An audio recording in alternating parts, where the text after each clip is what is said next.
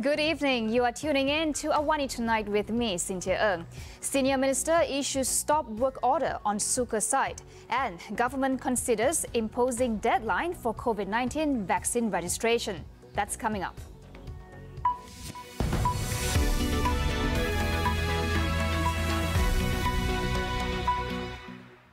Three people died and one gravely injured after a crane toppled at the Sungai Besi Ulu Klang elevated SUKE highway construction site in Cheras earlier today. Preliminary investigations found the three killed were construction workers from China. Two other workers have been rescued. This is the second incident involving the SUKE construction site this month. On March 3rd, two women were killed when a flyover at the SUKE construction site collapsed after a lorry carrying an excavator rammed into it. In September last year, a woman escaped death when a concrete slab from the same construction project fell and hit her car. Meanwhile, the Occupational Safety and Health Department said it has launched an investigation into the incident. Recurring incidents at the SUKE highway construction sites are worrying. The public wants accountability and assurance that such accidents will not happen again. Chairman for Alliance for Safe Community, Tan Sri Lee Lam Tai, said contractors must stop paying lip service on safety practices. Now, this is not the first time a tragic incident of such nature has occurred at the construction site of the SUKE Expressway project. Over the past 9 months, a number of incidents have occurred, and this has given rise to a great deal of public concern with regard to the subject of safety. I would like to suggest to the Ministry of Works, in particular the Minister, to take serious view and to take the necessary action with regard to how the government can help to prevent incidents of such nature from occurring in the future, particularly with regard to the aspect of restoring public confidence in regard to the construction industry. I believe the relevant authorities are now investigating, but I hope that the results and the findings of the investigation be made public so that the public will know exactly what is the cause of the incident and who should be responsible. And if it is found to be negligence, then the party concerned, I think, should be brought to justice.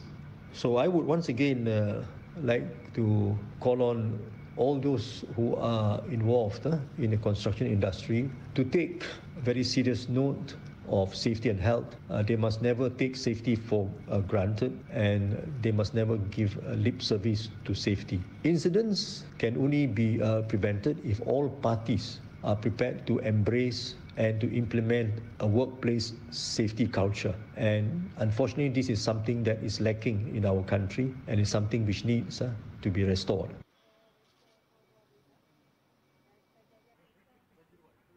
A stop work order has been issued on the SUKE construction site. Works Minister Datuk Sri Fadillah Yusof said at the moment only rescue work can be conducted, and in order for the contractors to continue with the project, they must come out with suggestions for safety measures, which will then be audited. Fadillah called for a thorough investigation because, according to the SOPs, roads must be closed to all traffic if a large structure removal is being carried out at highway construction site.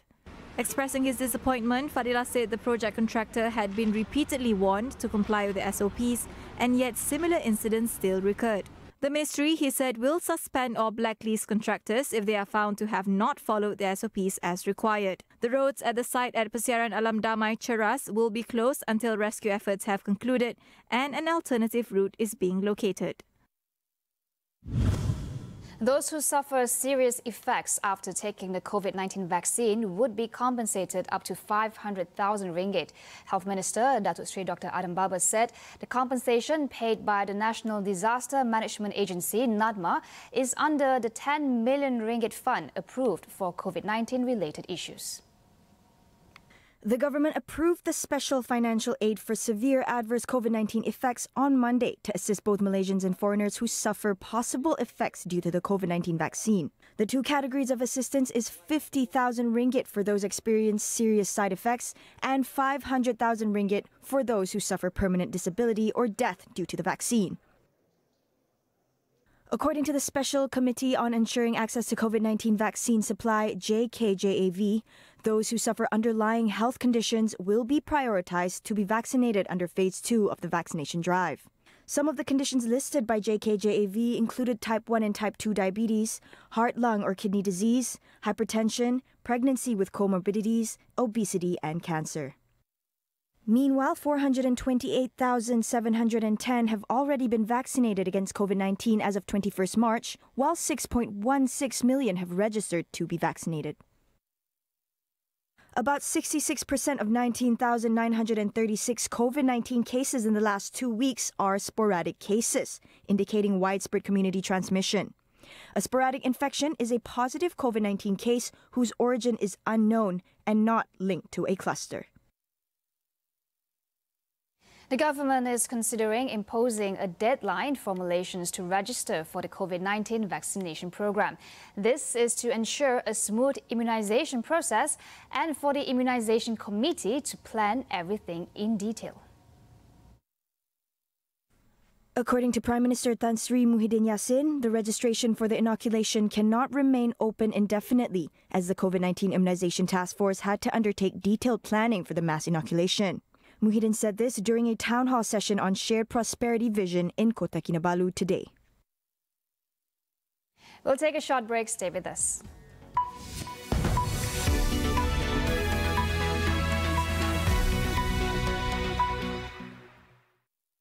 Mampukah rangkaian anda memperkasa organisasi anda bertindak dalam masa nyata dengan rangkaian berprogram MAC?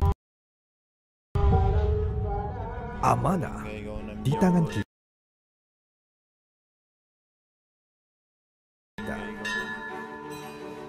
Adat, budaya dan semangat menjadi kesinambungan perpaduan tanah air yang tercinta. Berteraskan adab yang terpahat di jiwa dan raga. Marilah bersama kita membina negara Malaysia.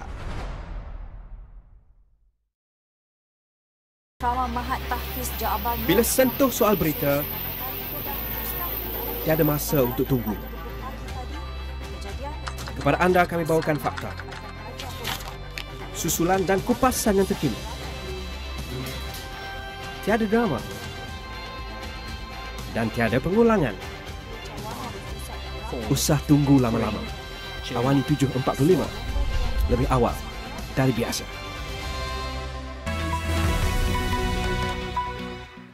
Welcome back. It is estimated that over 2.2 billion of the global population are currently living without access to safe water.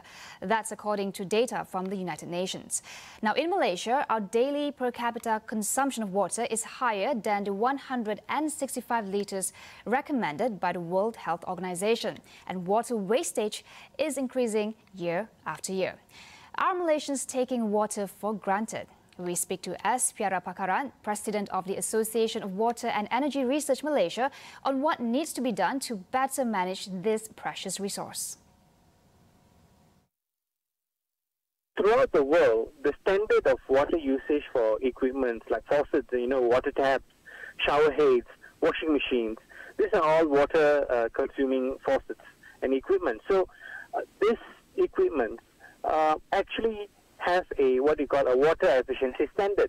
Like, for example, in Singapore, the standard has been upgraded a few times. Every time the standard gets upgraded, the lower-end products get dumped to Malaysia. You see, and we have observed this. There are a few brands who actually brought this, and we actually raised this issue to the government. So how could we blame a domestic consumer who's actually buying a washing machine, assuming that it is consuming quite efficient, but in actual fact, the washing machine is not efficient because we have never tested it here and we have never certified them whether they are being water efficient or not. So then we have taps. You see, taps, if we can have water efficient taps, they can reduce volume of water usage by almost 50 to 70% in some cases. So there are a lot of things that can be done through legal platform, where we make it mandatory for new housing projects to have water efficient equipment, and all these water wasting equipments to be basically banned from our market. On World Water Day, Piara Pakaran stressed water management is everyone's responsibility. Water is life. So how do you ensure, all of us, citizens of this country and this world, how do you put effort to ensure our government is actually protecting catchments, to ensure the future generation have enough water, ensure the businesses are not wasting water? How do they do pollution control?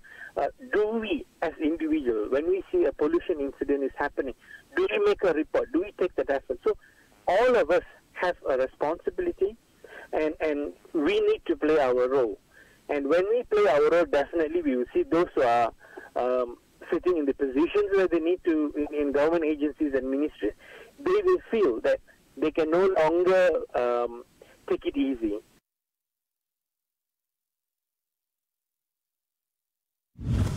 Thailand started late-stage clinical trials on humans for a domestically produced COVID-19 vaccine. The inactivated viral vaccine developed by government pharmaceutical organization and Mahidol University is expected to be rolled out next year. Health Minister Anutin Chanvirakul said the vaccine made by Thais for Thais would give the country more options and freedom with vaccine policies. A total of 210 people will receive the vaccine under first phase human clinical trials, while 250 will be given the vaccine under phase 2 starting July. Other Asian countries aside from China that have started locally developing own coronavirus vaccines are Vietnam, Taiwan and Japan. Australia is facing the worst flood in 60 years. Authorities have been evacuating thousands of people from affected areas in New South Wales. Low-lying areas in Sydney's northwest were worst affected as fast-moving floods caused widespread destruction.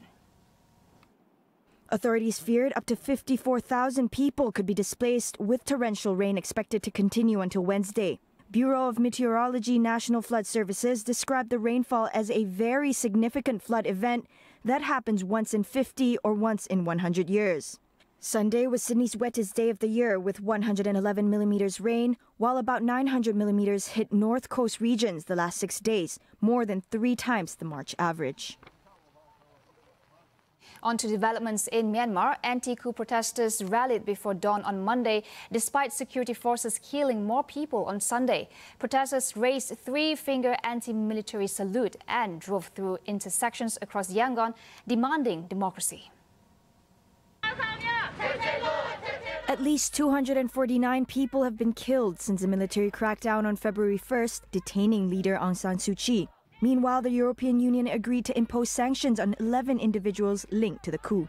EU's foreign policy chief Josep Borrell said the names would be made public once the sanctions are formally decided by ministers.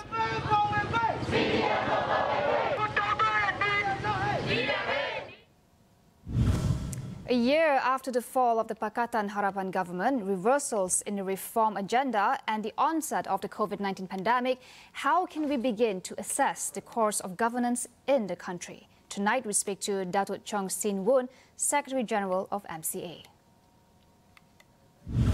That is all we have for you on AWANI tonight. Get the latest news updates on COVID-19 and COVID-19 vaccines from astroawani.com and Astro AWANI app.